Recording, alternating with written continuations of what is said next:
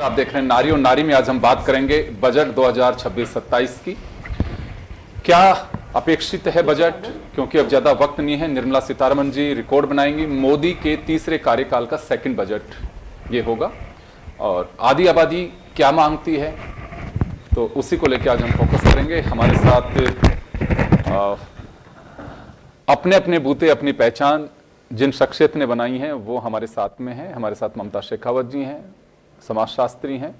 नीलम मित्तल जी हैं, राजस्थान 40 की women wing की चेयरपर्सन हैं। FBS की फाउंडर मेघा गुप्ता जी हैं, कोवे की राजस्थान चैप्टर की चेयरपर्सन निधि तोसनीवाल जी हमारे साथ हैं। सभी का स्वागत है। मैं नीलम जी आपके पास में आना चाहूँगा। क्या लगता है, बजट में कहीं ऐसा लगता है कि वास्तव में इसे थोड़ा सा जेंडर बेस्ड भी फोकस किया जाना चाहिए, खासकर महिलाओं को लेके, और ऐसा है तो क्यों किया जाना चाहिए? देखिए, मैं एक इंडस्ट्रीज़ की महिलाओं को रिप्रेजेंट करती हूँ, तो मैं इंडस्ट्रीज़ की महिलाओं के बारे में बात करूँगी। हर बजट में महिलाओं को ध्यान में रख के बिल्कुल बजट बनाया जाता है, बट इंडस्ट्रीज़ में महिलाओं का क्या रोल है, कितना वो कंट्रीब्यूट कर पा रही है, इस पे हमें सोचने वाली बात है। सबसे बड़ी बात है कि इंडस्ट्रीज़ में आज भी महिलाओं का जो आंकड़ा वो केवल 8% है, 100 में से 8%। जहाँ हम 33% आरक्षण की बात करते हैं महिलाओं की आने वाले टाइम में, वहाँ इंडस्ट्रीज़ में केवल 8%। यानी देखने की बात ये है कि इंडस्ट्रीज़ में महिलाओं का जो योगदान है वो बढ़ क्यों नहीं रहा है, क्योंकि महिलाएं आज भी इंडस्ट्रीज में काम मांगने वाली है, देने वाली नहीं है। तो ऐसे कौन से पैरामीटर्स हैं जिसकी वजह से आज भी SMEs और MSME में महिलाएं पिछड़ी हुई है? सो बहुत सी जो इस बार हमारे बजट में मेरी एक्सपेक्टेशन है, क्योंकि वित्त मंत्री भी हमारी महिला है और स्टेट की हो या सेंट्रल की हो, सो एक जो हम लोगों ने हर बार की तरह इस बार बजट में जो स्ट्रांगली पॉइंट पुट करा है वो ये है कि जब भी आप कोई इंडस्ट्रियल पार्क लेके आ रही हैं तो वहाँ पे महिलाओं का आरक्षण सुरक्षित करें, महिलाओं को एक ऐसा एनवायरनमेंट दे जो वर्क लाइफ बैलेंस या वन पोर्टल विंडो, क्योंकि लोन का फाइनेंस स्टेटस उनको चाहिए होता है, सब्सिडीज उनको चाहिए होती है, बट उनके लिए जो कोलेट्रल्स की फॉर्मेलिटीज़ है वो बहुत टफेस्ट है। सो उसके लिए क्या गवर्नमेंट एक वन विंडो प्रोवाइडर करवाएंगी? क्या महिलाओं को वो सुरक्षा प्रदान करेगी कि सुरक्षित एनवायरनमेंट में वो इंडस्ट्रियल्स में आ सके? क्योंकि आज तक हमने देखा है कि महिला हो या पुरुष हो, इंडस्ट्रियल मामला हो या फिर सर्विस मामला हो या ट्रेड्स हो या एक्सपोर्ट हो, अगर महिलाओं की भागीदारी आती है तो कहीं ना कहीं वो इतना एक्सपेक्टीज से ऊपर योगदान दे रही है, जिसमें GDP ग्रोथ का भी जो अगर हम आंकड़ा देखें तो महिलाओं की वजह से ही है। तो इस बजट में सिर्फ छोटी सी जो हमारी राय है और जो रिक्वेस्ट है हमारी वित्त मंत्री माननीय निर्मला सीतारमण जी से कि बजट में कहीं ना कहीं इस बार जो इंडस्ट्रियल महिलाएं उनके बारे में सोचा जाए। तो आपका कहना है कि लखपति दीदी तो आप बना रहे हैं, ड्रोन दीदी भी बना रहे हैं, इंडस्ट्रियल दीदी भी बनाई है एक्चुअली। हाँ बिल्कुल। मेघा जी क्या कहेंगे आप, क्या डिमांड? नीलम जी ने बड़ी अच्छी बात कही है कि थोड़ा सा इस पे फोकस करने की आवश्यकता है। देखिए, मैं तो अक्सर कहता हूं कि महिला की सोच, महिला का कॉन्फिडेंस कहीं पे भी देख लीजिए, मजदूरी करने वाली लेडी से लेकर के और हमारे देश के प्रेसिडेंट का कॉन्फिडेंस ही देख ले। जो काम पुरुष कर सकते हैं, कौन सा ऐसा काम जो वो नहीं कर सकती हैं, लेकिन उन्हें अवसर मिलने की आवश्यकता है। तो यहाँ भी आपको लगता है कि बजट में कहीं इस बार तो ये एक रिस्क लेके देखें मोदी जी कि महिलाओं को भी आगे लेके आना चाहिए? मुझे हमेशा ये लगता है कि महिलाओं को आपने हर जगह इक्वालिटी के लेवल्स पे तो खड़ा कर दिया है, लेकिन जब हम एक as a multiple role of महिला की बात करते हैं तो आज भी घर तो हम ही संभाल रहे हैं। तो जब हम घर के साथ ऑफिस भी संभाल रहे हैं तो कहीं ना कहीं उसके लिए हमें सब्सिडीज या उसके लिए हमें एक स्पेशल विंडो या स्पेशल रिकग्निशन जरूर होना चाहिए। चाहे हम हाउस लोन्स की बात करें या हम स्टैंडर्ड डिडक्शन की बात करें, जो आज के टाइम पर महिला, हम जैसे मैं आज विमेन एंटरप्रेन्योर अगर बात करती हूँ आज, तो आज जो 3 लाख कमा रही है एक एंटरप्रेन्योर या 30 लाख कमा रही है एक एंटरप्रेन्योर, उन सबके लिए एक कॉमन स्लैब करा हुआ है 75,000 का। तो मैं वो बात करना चाहूंगी कि क्यों नहीं इसको हम परसेंट वाइज स्टैंडर्ड डिडक्शन जो आज तक चलता आ रहा था, फिर ये जो रिवाइज हुआ है लास्ट बजट में, उससे महिलाओं को थोड़ा सा और एक सहूलियत मिलेगी जब हम इसको परसेंटेज वाइज कर देंगे अपने स्टैंडर्ड डिडक्शन को। को, प्लस जो एक हाउस लोन्स, आई थिंक घर बनाना आज सबके उसमें है, और जब हम विमेन एंटरप्रेन्योर्स आज सब ग्रो कर रहे हैं और इतना कुछ है, तो एक घर भी हमारा खुद का होना चाहिए। तो उसमें हाउस लोन्स के लिए स्पेशली एक विमेन का एक अलग हमें सहूलियत मिलनी चाहिए। उसके लिए हमें जितना लघु उद्योग और सब जगह आज हमें बहुत कुछ जो गवर्नमेंट दे रही है, मैं सबसे पहले एक बजट मांगती हूं कि हमें वो समझाया जाए। एक बजट, स्पेशल एक ऐसा बजट होना चाहिए एलोकेशन, जहां पर महिलाओं को बताया जाए कि उनके लिए क्या क्या पॉलिसीज हैं। उस बजट के तहत जब वो एजुकेशन मिले महिलाओं को कि आज हमें जो भी आप गवर्नमेंट दे रही है उसको किस लेवल्स पे और कितनी इजीली हम उसको अवेल कर सकते हैं, वो एक सबसे इम्पोर्टेंट, मैं आज हमारी जो निर्मला सीतारमण जी हैं, हमारी फाइनेंस मिनिस्टर, हम उनसे रिक्वेस्ट करना चाहेंगे कि हमें उस एजुकेशन के लिए भी प्लीज एक बजट एलोकेट करें। बिल्कुल ठीक बात है। देखिए, स्किल को लेकर के भी हमें फोकस करना चाहिए और कुछ ऐसे सेगमेंट्स बजट में डाले जाने चाहिए। उम्मीद है, क्योंकि बहुत सारे लोगों ने अपने आर्टिकल्स के जरिए भी मैसेज पहुंचाया है और जिनसे भी प्री बजट टॉक्स होती हैं, वहां भी कहा गया है, महिलाओं की ओर से ये बात रखी गई है कि कहीं थोड़ा बहुत हमें जेंडर बायसनेस नहीं, जेंडर इक्वलिटी की जो बात की जाती है, तो उसमें थोड़ा प्रमोशन की आवश्यकता है। निधि जी, आपके पास में आना चाहूंगा। पहले बजट पे एक फोकस होता था आम गृहिणी का, आम आदमी का, या ऑफिस में जो काम करता है उसका भी, वो देखता था क्या महंगा क्या सस्ता। तो आफ्टर जीएसटी स्लैब तो ये तो सब कुछ मुझे लगता है कि कोई खास बात नहीं रहती है। अब क्या फोकस किया जाना चाहिए ताकि सीधा महिला पे असर पड़े, क्योंकि महिला के असर का मतलब उसको एक परिवार भी संभालना होता है, वो चाहे किसी भी पद पे, किसी भी ओहदे पे हो, लेकिन फिर भी परिवार पे फोकस करना बहुत जरूरी होता है। एजुकेशन है, घर है, तो यहाँ बजट में क्या अपेक्षा करती हैं आप? थैंक यू इस अपॉर्चुनिटी के लिए, बिकॉज मैं एक ऐसे विमेन फोरम की तरफ से आती हूँ जहाँ सिर्फ महिला एंटरप्रेन्योर्स को सपोर्ट करते हैं, हम मेंटोर करते हैं, आगे तक ले जाते हैं। और हमारा एक बहुत अच्छा प्रोजेक्ट है जो कि अवेक्षा चाइल्ड केयर करके हम लोगों ने शुरू किया है। लास्ट ईयर के बजट में निर्मला सीतारमण जी ने इसको बहुत अहमियत देते हुए काफी इसके लिए कहा था कि सभी जो इंडस्ट्रीज हैं कि इसको आप लोग अपनी कंपनीज में CSR और उसकी तरफ से ले जाइए।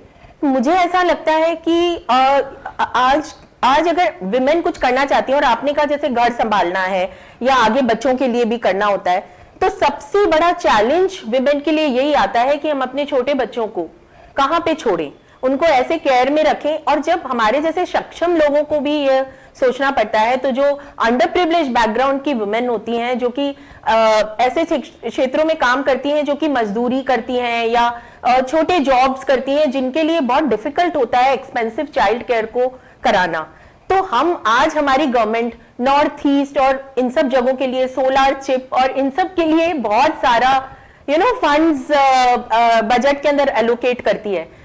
मुझे ऐसा लगता है कि सबसे बेसिक चीज, अगर किसी महिला को सक्षम बनाना है, जिसको परिवार भी चलाना है, जैसे मेघा ने भी कहा, परिवार भी चलाना है और उसको परिवार के साथ साथ अपने काम को आगे बढ़ाना है, मेरा ये मानना है कि बजट में ऐसा एलोकेशन होना चाहिए कि चाइल्ड केयर के लिए एक बहुत अच्छा बजट होना चाहिए और उसको एलोकेट करना चाहिए सब जगह, तभी हम महिलाएं आगे काम कर पाएंगी। ये बहुत ही इंपॉर्टेंट एस्पेक्ट है।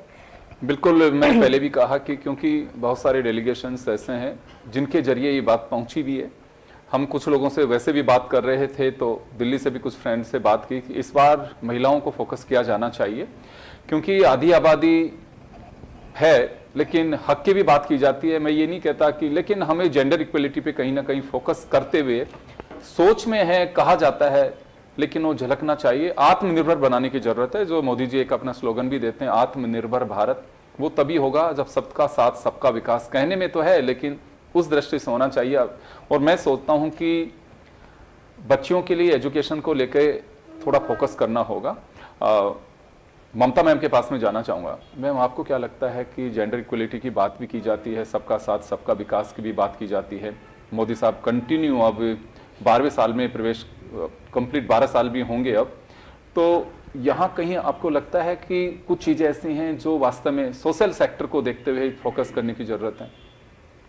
देखिए योगेंद्र जी, समाज में 50% का हिस्सा महिलाओं का है, तो इक्वालिटी की बात आती है तो कई जगह हम इस मुद्दे को बहुत ही इम्पोर्टेंस देते हैं, जैसे टैक्स स्लैब्स हैं तो वहाँ इक्वालिटी हम डिस्कस करते हैं और इक्वल टैक्स पे करती हैं महिलाएं, लेकिन कुछ ऐसे एरियाज हैं जहाँ पे आज भी महिलाएं पिछड़ी हुई हैं।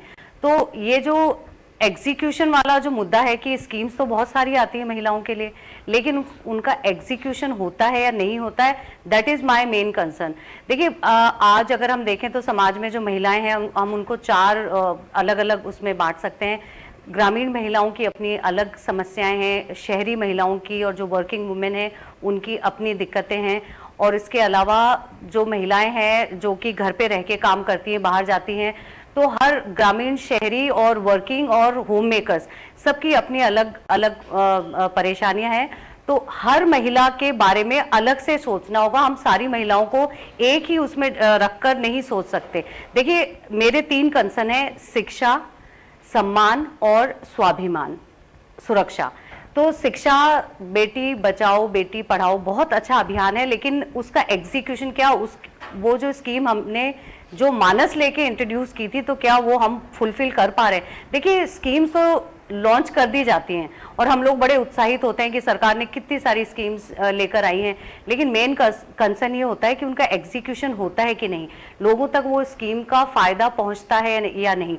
हम 2 महीने 4 महीने उस बारे में बात कर लेते हैं और बड़ा ही उसको सेलिब्रेट करते हैं, लेकिन do we take a report afterwards 1 साल 2 साल की इसका रिजल्ट क्या रहा। तो मेरा मेन कंसर्न तो ये रहेगा कि स्कीम तो बहुत आती है, बहुत बढ़िया बढ़िया स्कीम्स आती हैं, लेकिन उनको एग्जीक्यूशन करना हमारा मेन कर्तव्य है, और उसके बाद ये पता लगाना कि क्या वो सही जगह पर पहुंच रही है, ग्रामीण महिलाओं तक, शहरी महिलाओं तक, और जो वर्किंग वुमेन है उन तक, या जो होम मेकर्स है। हर महिला की अपनी अलग समस्या है। होम मेकर्स है उनको घर के मसालों की जो कीमतें बढ़ रही हैं वो उनका कंसर्न ज़्यादा होता है। जो वर्किंग वुमेन है वो चाहती हैं कि उनको टैक्स में कुछ कंसेशन मिले या उनके लिए कुछ और सुरक्षा मुहैया करवाई जाए। उसके अलावा जो ग्रामीण महिलाएं हैं उनके अपने अलग मुद्दे हैं और शहरी महिलाओं के अलग है। तो हर एक को अलग तरीके से देखकर आप सबको एक ग्रुप में डालकर एक ही स्कीम को लॉन्च नहीं कर सकते। तो मेरा मेन कंसर्न रहेगा कि आप एग्जीक्यूशन की तरफ थोड़ा अपना ध्यान ज़्यादा रखें। जी मैम, जब हम चर्चा कर रहे हैं, ठीक 1 दिन पहले ही सुप्रीम कोर्ट ने एक निर्देश दिया सरकारों को कि एटलीस्ट बच्चियों के लिए फ्री सेफ्टी नैपकिन्स और टॉयलेट्स तो इतने होने चाहिए ताकि वहाँ पे, और बात केवल बच्चियों के नहीं, टीचर्स के लिए भी नहीं होते हैं स्कूल्स में, ये पोजीशन है। और पिछले दिनों हमने स्टोरीज भी पढ़ी, हमने खुद ने भी कवर की हैं। तो यहाँ वाकई ये कहने को छोटी सी चीज़ है, लेकिन हमारी एक मोरल ड्यूटी होनी चाहिए। जी योगेंद्र जी, आपने बहुत अच्छा मुद्दा सामने लेकर आए हैं। आप देखिए आज ये न्यूज़पेपर में मैंने पढ़ा तो मैं बहुत ज़्यादा उत्साहित नहीं थी, क्योंकि ये तो एक बहुत ही नैतिक जिम्मेदारी हमारी बनती है कि जो बच्चियां, देखिए अब समय बदल रहा है, उसके साथ ही बच्चियों का बायोलॉजिकल जो चेंजेस हैं वो हो रहे हैं। तो देखिए इसको आज भी हम, जो हमारा महिलाओं का जो मेंस्ट्रुअल साइकिल वाली बात है, इसको हम आज भी बहुत कवर अप करके रखते हैं। आज भी जो बच्चियां हैं वो खुलकर अगर उन्हें बात कन्वे करनी होती है तो बड़ी दबी आवाज़ में या बड़ी छुप के बात करती हैं, क्योंकि हम इसे ओपनली स्कूल में इस चीज़ को एक शिक्षा, अपने सिलेबस का पार्ट नहीं बनाते हैं। इसको एक रेगुलर, जैसे हमारा हेडेक अगर किसी को होता है तो हम हिचकिचाते नहीं है बताने में, तो अगर किसी बच्ची को पीरियड्स हैं तो उसमें ये झिझक नहीं होनी चाहिए कि वो टीचर को या और जहाँ भी वो बच्ची है वो खुलकर इस बारे में बात करे। और ये बेसिक राइट होना चाहिए, ह्यूमन हाइजीन। देखिए स्कूल में ये सब होना चाहिए, और मुझे तो लगता है कि मॉल्स हैं या जहाँ भी बच्चियाँ जाती हैं वहाँ उनकी एक्सेस होनी चाहिए। साथ ही उन्हें एक बहुत ही सेफ और एक सुरक्षित एनवायरनमेंट देना होगा कि वो झिझके नहीं, कि अगर पीरियड्स है it's a very normal thing. तो बच्चियों को ही नहीं, देखिए बच्चों को और जो पुरुष है ना, उन्हें भी इस बारे में अपना कंट्रीब्यूशन देना होगा। They have to make girl child, जैसे फादर हैं, जैसे 1-2 मैंने ऐसे टीवी एड्स भी देखे हैं जो काफ़ी अच्छे लगे मुझे, मोटिवेटिंग, कि बच्ची जाके अपने पिता से बात कर रही है। तो इसको एक नॉर्मलाइज करना होगा, because it's a biological thing, it's not something from other planet. बहुत ही नेचुरल सी चीज़ है, तो इसको उसी तरह से ट्रीट करके उसका हवा ना बनाया जाए। और हाँ, जहाँ भी बच्चियाँ जाती हैं, स्कूल है या जो मॉल्स हैं या शॉपिंग सेंटर्स हैं, हर जगह सैनिटरी पैड की व्यवस्था होनी चाहिए। और बच्चियों को व्यवस्था तो है, लेकिन उस मशीन को एग्जीक्यूट करना कैसे, इसका ज्ञान भी उन बच्चियों तक आई थिंक जो टीचर्स हैं वो कर सकती हैं, या जो मदर्स हैं वो उनको, या घर में कोई भी मेंबर उनको ये समझा सकता है। तो ये बहुत अच्छी पहल है और इसका अच्छा एग्जीक्यूशन होना भी बहुत बड़ी जिम्मेदारी है सरकार की। बिल्कुल आप सही करेंगे, सोशल सेक्टर पे भी फोकस करना चाहिए, बजट एलोकेशन उसकी होती भी है। अगर हम एजुकेशन और इस सबको मिला के देखें तो पहले ये था कि एजुकेशन पे टोटल जीडीपी का 27% खर्च किया जाना चाहिए, मेडिकल पे भी इसी तरह से था, लेकिन वो रेशो आज तक कभी पूरा नहीं हो पाया। रिपोर्ट्स कमीशंस बना दिए जाते हैं, कमेटीज बनाई जाती हैं उनकी, लेकिन रिपोर्ट की अगर बात करें तो कभी पब्लिक डोमेन में नहीं आती हैं, ना कोई भी गवर्नमेंट उस पर फॉलो करती है। तो बजट होता है सरकारों के पास में, लेकिन हमें कहीं कुछ एक राइडर भी लगाने की आवश्यकता है। नीलम जी, वापस आपके पास में आना चाहूंगा मैं। अगर हम एक आत्मनिर्भर भारत की बात करें, और जैसे स्टार्टअप्स का एक कॉन्सेप्ट बहुत बढ़िया कॉन्सेप्ट है, लोगों को फंडिंग भी होती है, अभी एंटरप्रेन्योरशिप की बात मेघा जी भी कर रही थी, तो यहाँ जैसे मुद्रा लोन स्कीम गवर्नमेंट ने शुरू की है, अभी स्टार्टअप्स के फंडिंग की भी बात की है, हर बजट में कर रही हैं, तो यहाँ कुछ इससे उस तरह का बच्चे लाभ ले पा रहे हैं, नहीं ले पा रहे हैं, या कुछ इंडस्ट्रीज के साथ में जोड़ना चाहिए? ठीक है, आपका कॉपीराइट है, अपना कोई स्टार्टअप आप ले रहे हैं, तो कैसे इसे और मॉडिफाई करने की आवश्यकता है ताकि ज्यादा और बल्क में लोगों को फायदा मिल सके, पैसा मिल सके उन्हें? देखिए, जिस इंडस्ट्रीज और जिस ऑर्गेनाइजेशन को मैं बिलोंग करती हूँ, स्टार्टअप और सब्सिडीज, इन दोनों के जो मसले हैं वो बहुत ही ज़्यादा हाईलाइटेड होते हैं। और स्टार्टअप में ऐसा नहीं है, फंडिंग बिल्कुल हो रही है, चाहे वो गवर्नमेंट की तरफ से हो या प्राइवेट सेक्टर के ऑर्गेनाइजर हैं जो बिल्कुल कर रही हैं। और उसका अगर आप लास्ट 5 इयर्स के पूरा आंकड़ों को देखो तो कहीं ना कहीं बेनिफिट भी बहुत अच्छा हुआ है, न्यू स्टार्टअप इंडस्ट्रीज डेवलप हुई है, और कहीं ना कहीं वो बहुत अच्छे वे में समअप होके कम अप हुई है, और कहीं ना कहीं उसका हमारे जो जीडीपी ग्रोथ है उस पर भी इम्पैक्ट हुआ है। बट उससे पहले मैं एक चीज़ पे फोकस करना चाहूँगी कि बजट का जो डिवीज़न है वो कहीं ना कहीं आज भी इंडिया में पिछड़ा हुआ है, क्योंकि मैं बहुत सारी इंटरनेशनल कंपनीज से डील करती हूँ और आउट ऑफ इंडिया से विजिट करती हूँ, तो कुछ जो बेसिक्स हैं बजट में जो कहीं ना कहीं हम पिछड़े हुए हैं, मैं थोड़ा उस पर फोकस कर रही हूँ आपके क्वेश्चन से अलग जाके, कि क्या गवर्नमेंट हमारी 3 चीज़ों पे फोकस कर रही है। अगर आज आम पब्लिक टैक्स दे रही है तो उस टैक्स का पैसों का यूटिलाइजेशन किन एरियाज में हो रहा है? First, education. एजुकेशन किसी भी कंट्री का मूलभूत आधार होती है। सेकंड, स्वास्थ्य, क्योंकि बिना स्वस्थ हुए आदमी अपनी 100% कैपेबिलिटी के अकॉर्डिंग अपना आउटकम दे ही नहीं सकता। और थर्ड, किसी भी कंट्री का इंफ्रास्ट्रक्चर। अगर इन 3 चीज़ों पे बजट के ऊपर फोकस कर दिया जाए तो महिला और पुरुष की इक्वालिटी की बात भी नहीं आएगी, और स्वास्थ्य अगर किसी का भी सही है तो बजट मतलब वो कहीं ना कहीं कॉन्ट्रीब्यूशन वे में आगे आएंगे। अब आती है आपकी स्टार्टअप की बात, जो कि लास्ट कोरोना के बाद बहुत अच्छे से कम अप होके आया है। स्टार्टअप का अगर हम देखें तो बजट, इस बार के बजट में स्टार्टअप का मुझे लगता है कि बहुत अच्छा आने वाला है, क्योंकि ये प्राइवेट सेक्टर के हाथों में है। गवर्नमेंट को कहीं ना कहीं इसको अपने हाथों में लेना पड़ेगा, क्योंकि उसका जो बेनिफिट है डायरेक्टली गवर्नमेंट के खाते में आएगा, और कहीं ना कहीं उसका जो पिटारा है उसमें पैसा आएगा तो वो कहीं और इन्वेस्ट कर सकती है। तो स्टार्टअप में जो है वो इस बार इस बजट से बहुत सारी उम्मीदें हैं। बिल्कुल, देखिए मार्केट में पैसा आता है तो वो कहीं ना कहीं आपकी जेब से ही जाता है, और जेब में पैसा होगा तो उसका सर्कुलेशन होगा। यहाँ पर लेकिन सॉरी टू इंटरप्ट, मैं जो एक बात यहाँ पर स्टार्टअप्स को लेके ही करना चाहती हूँ, क्योंकि मैंने बहुत सारे लोगों का स्टार्टअप्स फंड कराने में हेल्प करी है इस साल। जो एक हम एज अ विमेन एक चाहते हैं कि यहाँ पर थोड़ा सा वहां पर भी हमें सहूलियत मिले। आज जितना सपोज एक आपने एक फिक्स्ड बजट एलोकेट किया हुआ है टू फंड द स्टार्टअप्स, वो सारा की सारा एक फिक्स्ड नंबर ऑफ और उसी में इंडस्ट्री में ही चला जाता है। अगर उसमें हम एक स्लैब बना दें कि इतनी फंडिंग तो हमें विमेन एंटरप्रेन्योर्स को देनी ही है, तो फिर हम आज अपने विमेन एंटरप्रेन्योर को सपोर्ट भी कर रहे हैं, प्रमोट भी कर रहे हैं और उनको पुश कर रहे हैं आगे बढ़ने के लिए। क्योंकि स्टार्टअप्स भी दोनों आज वही जेंडर इक्वालिटी के लिए जो फिक्स्ड बजट है वो दोनों के लिए सेम है, मेन और विमेन एंटरप्रेन्योर्स के लिए सेम है। तो वहां पर जो महिलाएं, जैसा मैंने पहले भी बोला कि जब हमारे मल्टीपल रोल्स होते हैं और अगर हम थोड़ा सा भी लेट हो गए उसको समझने में, उसको आगे करने में, तो वो हमारे हाथ से अपॉर्चुनिटी निकल जाती है। तो स्टार्टअप्स डेफिनेटली बहुत अच्छी फंडिंग्स और स्कीम्स के साथ आ रहे हैं और आते हैं, लेकिन उसमें प्लीज एक जो रिक्वेस्ट है हमारी फाइनेंस मिनिस्टर जी से वो ये है कि प्लीज विमेन एंटरप्रेन्योर्स के लिए थोड़ा सा अलग स्लैब, एक अलग फिक्स्ड बजट एलोकेट होना चाहिए कि ये तो विमेन एंटरप्रेन्योर को ही मिलेगा।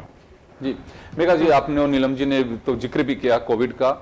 आप इससे अंदाजा लगा लीजिए कि हमारे यहाँ पे कितना स्किल्ड है जो घर में बैठे हुए हैं। कोविड में लॉकडाउन के दरमियान ही बहुत सारे लोगों ने अपने अपने स्किल को फ्रंट में लेके आया है, किसी ने कोई रेसिपी तैयार की क्या, और वो कंटिन्यू उसको एक बिजनेस में उन्होंने ढाला है।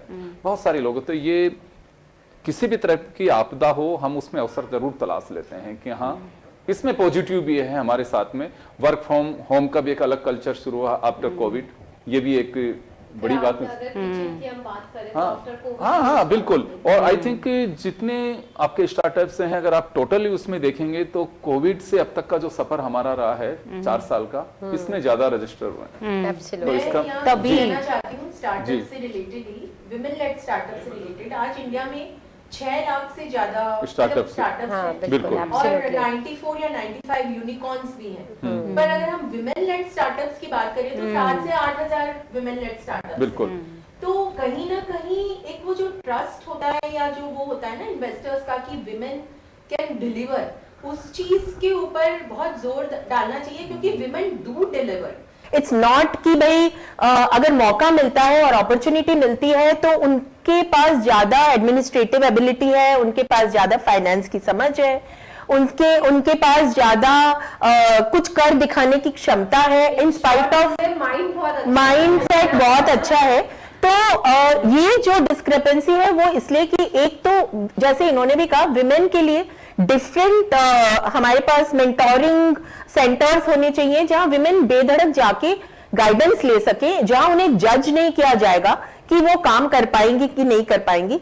एक अभी मेरी एक कलीग, उन्होंने एक बहुत अच्छा सेंटेंस कहा था कि कई बार जब आप जाते हैं और वो सबको लगता है कि male members of the family बहुत अच्छा फाइनेंस के बारे में जानते हैं, वो बोलती हैं कि आप बिलीव करिए उनको भी कुछ पता नहीं होता है, पर ये हमारा एजम्पशन है, एवरीवन कैन लर्न।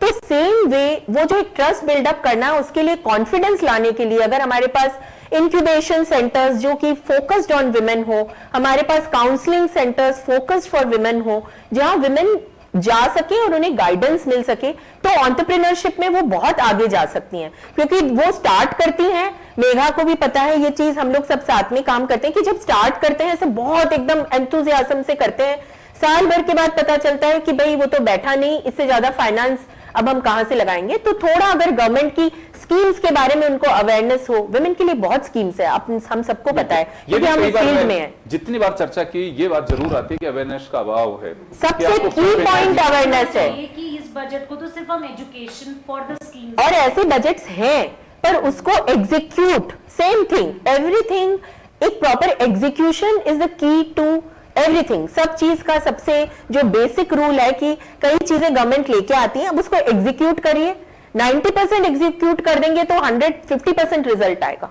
ये सबसे इंपॉर्टेंट है कि जो ऑर्गेनाइजेशन जैसे आप लोगों का है, आपका है, गवर्नमेंट इनसे भी अगर कोलैबोरेट करे कि आप लोगों से हम सामाजिक स्तर पे या नैतिकता के नाते कुछ सहयोग चाहते हैं कि आप लोग जितने लोगों को मोटिवेट कर सकते, लेकिन हमारे अधिकारी आपके साथ कोलैबोरेशन में रहेंगे, आप लोग कहेंगे तो हाँ।